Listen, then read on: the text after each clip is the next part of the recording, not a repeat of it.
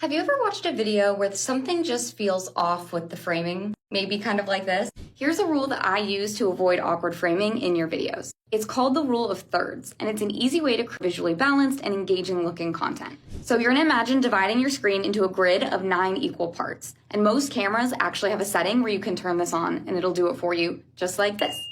Now your goal is to position yourself in a way that follows the rule of thirds. And that is to say, now that you have 1/3, 2nd third, 3rd third, right?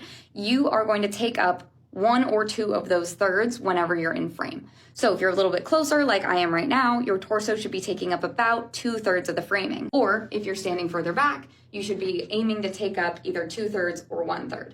And that also applies from the side to side scale, right? So I'm sticking to 1/3 here. This is dead center, and then a little bit over to the side for the 2nd third. It's a really subtle shift, but it can make a big difference when creating that sense of balance and giving your video more of a natural flow. And the bonus is, if you're also positioning yourself slightly off to the side or further back from the frame and leaving space, that gives room for visuals or text if you ever want to add those in later. As a bonus tip, I'll say that if you're a little bit more self-conscious on camera, which I know I definitely can be, I always avoid looking straight on dead center at the camera. I always feel like it's a little bit of a better angle if I just either shift my shoulders or tilt my head slightly, so it's not quite as straight on and I'm not worried about the symmetry there.